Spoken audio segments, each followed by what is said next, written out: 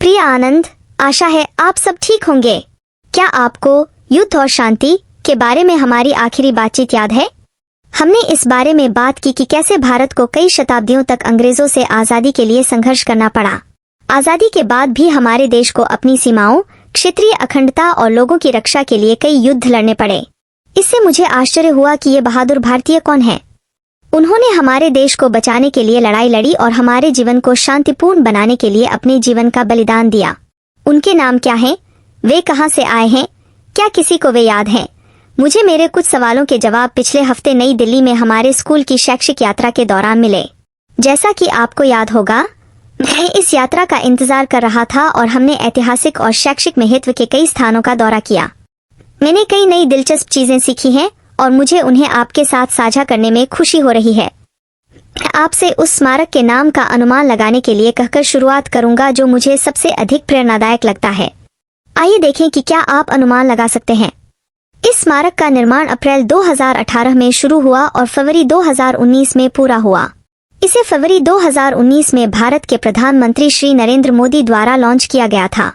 स्थान और आकार की दृष्टि से यह लगभग 40 एकड़ क्षेत्र में फैला हुआ है, प्रतिष्ठित इंडिया गेट के पास। लेकिन इससे भी महत्वपूर्ण बात यह है कि यह कुछ बहादुर भारतीयों को श्रद्धांजलि है। मुझे लगता है कि आप उस स्मारक का अंदाजा पहले ही लगा चुके होंगे। यह राष्ट्रीय युद्ध स्मारक है। क्या आपको नहीं लगता कि इस यात्रा ने मेरी वर्षों पुरानी इच्छा पूरी कर दी है? राष्ट्रीय युद्ध स्मारक की हमारी यात्रा हमारे शिक्षक द्वारा यह समझाते हुए शुरू हुई कि आजादी के बाद भी भारत को अपनी रक्षा के लिए कई युद्ध लड़ने पड़े और आज हम जिस स्वतंत्रता और सुरक्षा का आनंद ले रहे हैं वह बहादुर पुरुषों और महिलाओं के कारण है। दुर्भाग्य से युद्ध हमेशा नुकसान ही छोड़ता है, इसलिए 1947 में आजादी मिलने के बाद भी कई बहादुर सैनिकों को देश के लिए अपने जीवन का बलिदान देना पड़ा, हमारे शिक्षक ने कहा। यह एक राष्ट्रीय युद्ध स्मारक है। सबसे महत्वपूर्ण बात यह है कि जिस आजादी का हम आनंद ले रहे हैं उसके पीछे के बलिदान को हमें कभी नहीं भूलना चाहिए। हम सभी युद्ध के दर्द और भयावहता को जानते हैं। हमें पता चला कि स्मारक की प्रत्येक ईंट को एक टैबलेट कहा जाता है और उन सैनिकों के नाम हैं जिन्होंने 1947 के बाद से 1962 के भारत चीन संघर्ष, भारत पाक सहित विभिन्न युद्धों में भारत के लिए लड़ाई लड़ी और अपना सर्वोच्च बलिदान दिया। 1965 और 1971 के युद्ध और 1999 का कारगिल युद्ध। यहाँ 29,000 गोलियों पर 26,000 से अधिक सैनिकों के नाम अंकित हैं। यह जानकर खुशी हुई कि हमारी सरकार ने वीर सैनिकों के बलिदान को मान्यता दी है।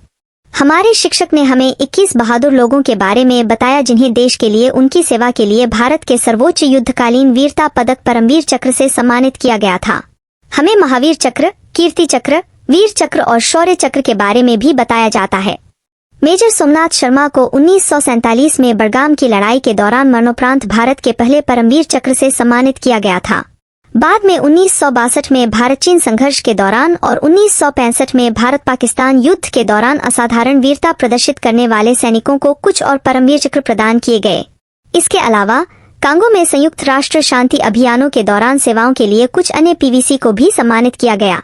1971 के युद्ध में मरणोपरांत परमवीर चक्र प्राप्त करने वाले कुछ नायकों में lance naik Albert Ekka, flying officer Nirmaljit Singh Sekhon, second lieutenant Arun Khetarpal और मेजर होशियार सिंह शामिल थे। कैप्टन महेंद्र नाथ मुल्ला सहित कुछ नौसेना कर्मियों को भी उनकी अनुकरणीय बहादुरी और नेतृत्व के लिए महावीर चक्र पुरस्कार मिला। तब हमारे शिक्षक परमवीर चक्र विजेता लांस नायक ने अल्बर्ट एक्का के युद्ध साहसिक कारनामे हमारे साथ साझा किए। इसने मेरे दिल को छू लिया और मुझे प्रेरित भी किया। हम उनकी बहादुरी से आश्चर्यचकित और प्रेरित हैं। मैं सेना में भर्ती होकर उनके जैसा बहादुर बनना चाहता हूँ।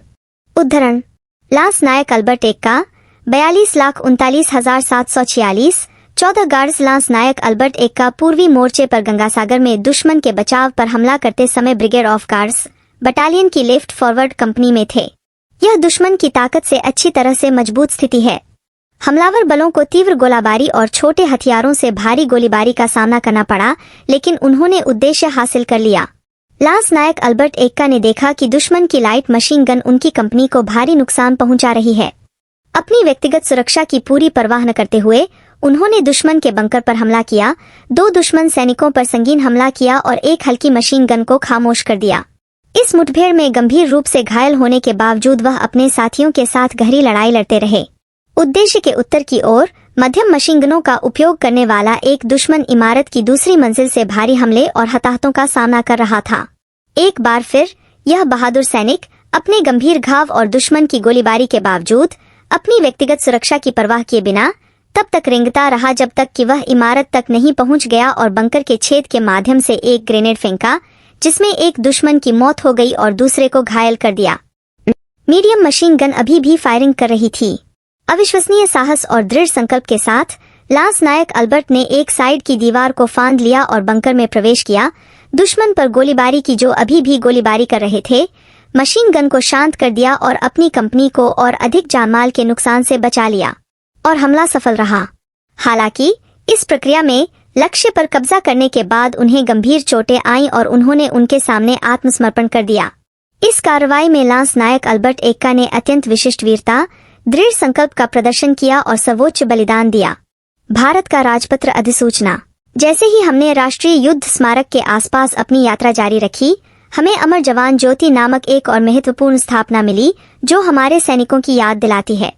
जैसा कि आप कल्पना कर सकते हैं, यह उस अमर ज्योति का प्रतिनिधित्व करता है जो हमारे सैनिकों के बलिदान का सम्मान करने के लिए दिन रात चलती रहती है। जनवरी 1972 में इंडिया गेट आर्क के नीचे अमर जवान अपनी राइफल और हेलमेट प्रदर्शित करते हुए 1971 के भारत पाकिस्तान युद्ध में भारत की जीत को चिन्हित करने के लिए ज्योति के सामने खड़ा था।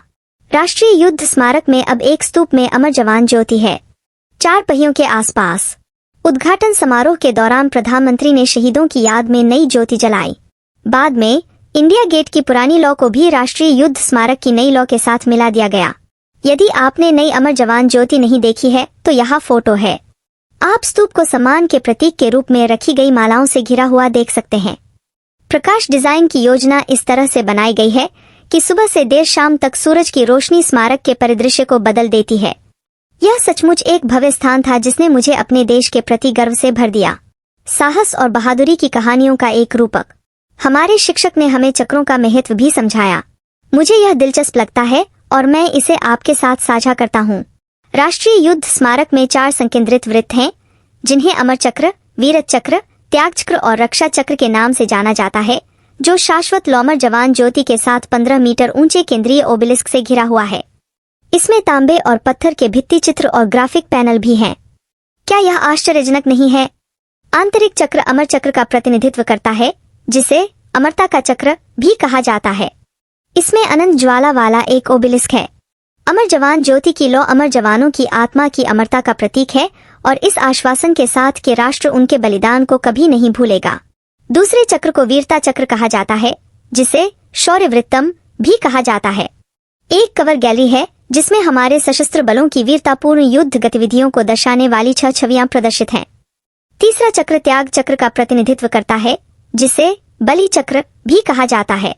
सम्मान की गोलाकार दीवारें एक प्राचीन युद्ध संरचना का प्रतिनिधित्व करती हैं, जिसे चक्रव्यूह के नाम से जाना जाता है। दीवारें ग्रेनाइट की गोलियों से ढकी हुई हैं और एक व्यक्तिगत गोली स्वतंत्र भारत के प्रत्येक शहीद नायक को समर्पित है। उनके नाम स्वर्णाक्षरों में अंकित हैं। बाहरी वृत्त रक्षा चक्र का प्रतिनिधित्व करता है, जिसे रक्षा वृत्त भी कहा जाता है। इस चक्र में पेड़ों की कतारें देश के नागरिकों को किसी भी खतरे से सुरक्षा का आश्वासन देती हैं। प्रत्येक पेड़ उन सैनिकों का प्रतिनिधित्व करता है जो देश की क्षेत्रीय अखंडता सुनिश्चित करते हैं। हमने पूरा दिन सुबह से शाम तक राष्ट्रीय युद्ध स्मारक और आसपास के क्षेत्रों, लॉन, कर्तव्यपथ की भव्य इमारतों का दौरा करते हुए बिताया। हम एक सुखद माहौल में डूबे हुए थे, फिर भी हमें याद आ रहा था कि एक स्वतंत्र देश क्या हासिल कर सकता है। संपूर्ण वातावरण एक दृश्यात्मक, प्रेरणादायक, भावनात्मक अनुभव के लिए बना। मुझे उस जगह से जुड़ाव महसूस हुआ। मैंने बहुत कुछ सीखा, लेकिन यह भी मानना होगा कि उस दिन के विभिन्न व्याख्यानों से मेरी आंखों में आंसू आ गए। युद्धों के कारण होने वाले बड़े पैमाने पर विनाश और जीवन की हानि के बारे में सोचकर दुख होता है। अपने नायकों के बलिदान को महत्व देने और उसके योग्य जीवन जीने के लिए प्रोत्साहित किया। हमारी यात्रा के बाद कक्षा ने बहादुर दिलों की कहानियों पर प्रस्तुतियां देने का निर्णय लिया, जिन्हें हमने राष्ट्रीय युद्ध स्मारक पर देखा था। हमने खुद को 5 समूहों में बांट लिया। हम शहीदों की वीरतापूर्ण कहानियों को प्रदर्शित करने के लिए उनका चयन कर रहे हैं। हमारे शिक्षक ने हमें स्कूल असेंबली में अपना अनुभव साझा करने की भी सलाह दी। मुझे खुशी है कि हमारे स्कूल के सभी छात्र राष्ट्रीय युद्ध स्मारक और इसके द्वारा स्मरण किए जाने वाले सैनिकों के बारे में जानते हैं। मैं मेजर पद्मपाणि आचार्य की कहानी पर एक प्रस्तुति देने जा रहा हूं, जो 1999 के कारगिल युद्ध में भारत के लिए लड़े थे और उन्हें महावीर चक्र से सम्मानित किया गया था। महावीर चक्र के लिए प्रशस्ति पत्र इस प्रकार है। राजपत्र अधिसूचना 17 प्रेस 2000 15.8.99 ऑपरेशन एपी विजय कारगिल पुरस्कार दिनांक 15 अगस्त 1999। उद्धरण मेजर पद्मपाणि आचार्य IC 55072 2 राजपुताना राइफल्स। मौत के बाद 28 जून 1999 को कंपनी कमांडर के रूप में मेजर पद्मपाणि आचार्य को भारी रूप से मजबूत और बारूदी सुरंगों और व्यापक मशीन गन तोपखाने की आग से ढके दुश्मन के अड्डे पर कब्जा करने का कठिन काम सौंपा गया था। बटालियन और ब्रिगेड ऑपरेशन की सफलता इस स्थिति पर शीघ्र कब्जा करने पर निर्भर थी। हालांकि कंपनी का हमला शुरुआत में ही लगभग विफल हो गया, जब दुश्मन की तोपखाने की आग अग्रणी पलटन पर गिरी, जिससे भारी क्षति हुई। मेजर पद्मपाणि आचार्य ने अपनी व्यक्तिगत सुरक्षा की पूरी तरह से परवाह नहीं की और अपनी कंपनी की रिजर्व प्लाटून को ले लिया और उस पर तोपखाने के गोले बरसाए। हालांकि उनके लोग दुश्मन की जानलेवा गोलीबारी में गिर रहे थे, फिर भी उन्होंने अपने लोगों को प्रोत्साहित करना जारी रखा और अपनी आरक्षित पलटन के साथ खड़ी चट्टान पर दुश्मन पर हमला किया। दुश्मन की स्थिति से गोलियों की बौछार की परवाह किए बिना मेजर पद्मपाणि आचार्य रेंगते हुए दुश्मन की स्थिति पर पहुंचे और हथगोले फेंके।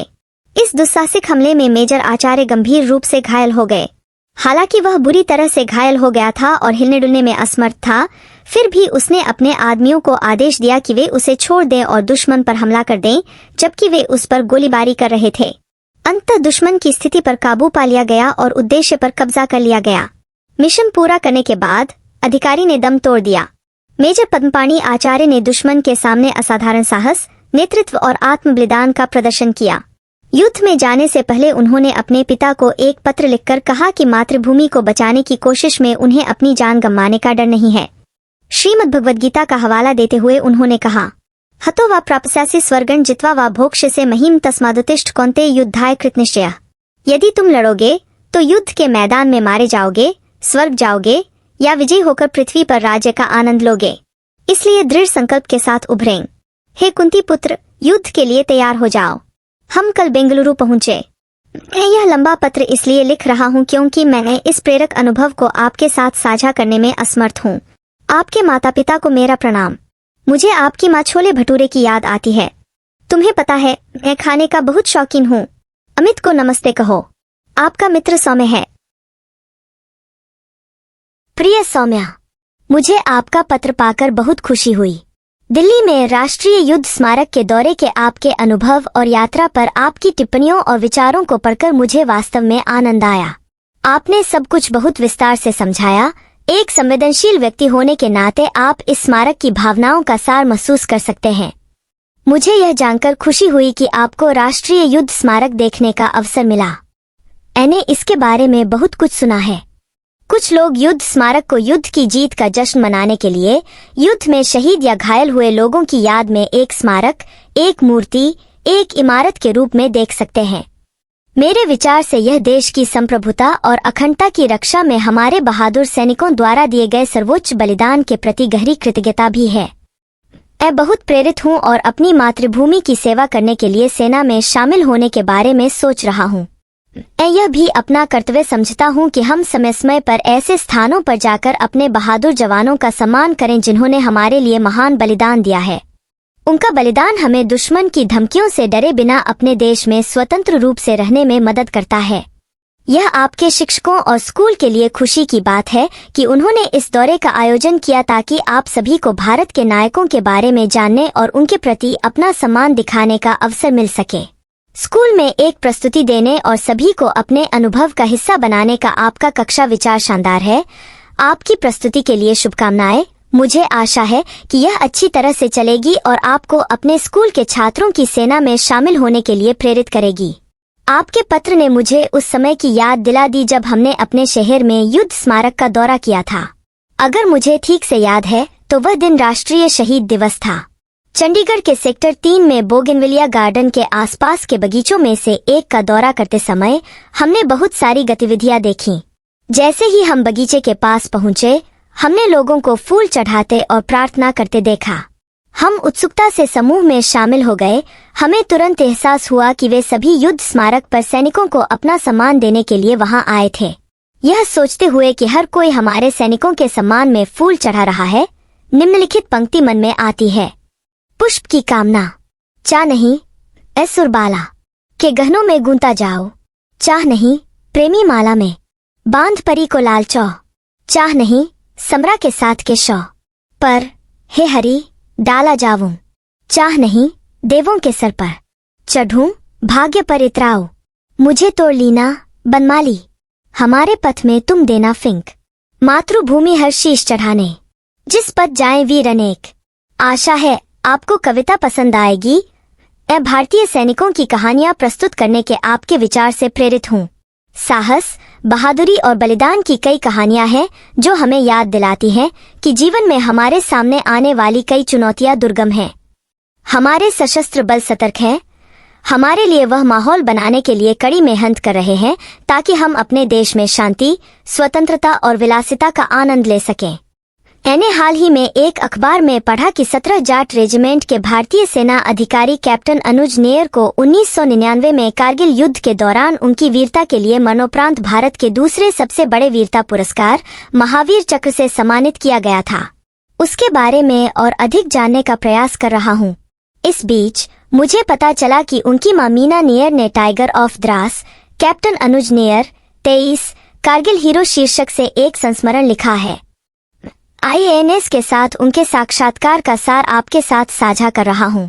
आपके बच्चे के बारे में छोटी छोटी बातें लिखना जो आपके साथ नहीं है वास्तव में मुझे प्रभावित करता है, लेकिन अगर मैं उसके बारे में नहीं लिखता तो दुनिया में कोई भी उसके बारे में नहीं लिख सकता।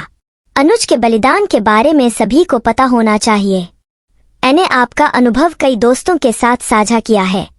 हम सभी दिल्ली में राष्ट्रीय युद्ध स्मारक देखना चाहते हैं। हमें national war memorial and museum नाम का एक मोबाइल ऐप मिला। यह ऐप बहुत इंटरैक्टिव है और 21 भाषाओं में हमारे सवालों का जवाब देता है। दीवारों पर बनी तस्वीरें मंत्रमुग्ध कर देने वाली हैं। वास्तव में सीखने का एक शानदार अनुभव। अगले सप्ताह मैं इस विचार को अपने सहपाठियों और अपने शिक्षक के साथ साझा करने जा रहा हूँ। मुझे लगता है कि एक ऐसी अलमारी बनाना बहुत अच्छा होगा जो उन लोगों के जीवन की कहानियों को संरक्षित करे जो हमें हर दिन प्रेरित करते हैं। मैं जानता हूं कि हम एक दूसरे को ईमेल कर सकते हैं। न केवल आपके द्वारा साझा किए गए विचार बल्कि आपके पत्रों के लिफाफों पर सुंदर टिकटें भी मुझे अक्सर खुश करती हैं। इसलिए मुझे आपसे पत्र प्राप्त करना अच्छा लगता है। मुझे नहीं पता कि मैंने इसे पहले कभी साझा किया है या नहीं, लेकिन मेरे पसंदीदा शौक में से एक टिकटें इकट्ठा करना है। मैं इसे वर्षों से कर रहा हूँ, लेकिन हाल ही में मुझे पता चला कि डाक टिकट संग्रह को फिलैटली कहा जाता है। इस बार मुझे आपके पत्र की थीम भारत की स्वतंत्रता की स्मृति में एक डाक टिकट मिला। खैर, अभी मेरी ओर से बस इतना ही, लेकिन इससे पहले कि मैं खत्म करूं, अंदाजा लगाऊं कि हमने टिफिन में क्या किया। फूली हुई इडली। हम सब आपको याद करते हैं। आपके माता पिता को मेरा प्रणाम। मुझे इन्हीं लेटर से प्रेरणा मिली। मुझे आपके नए कारनामों और अनुभवों के बारे में जल्द ही एक और पत्र मिलने की उम्मीद है। अभिवादन, आनंदा।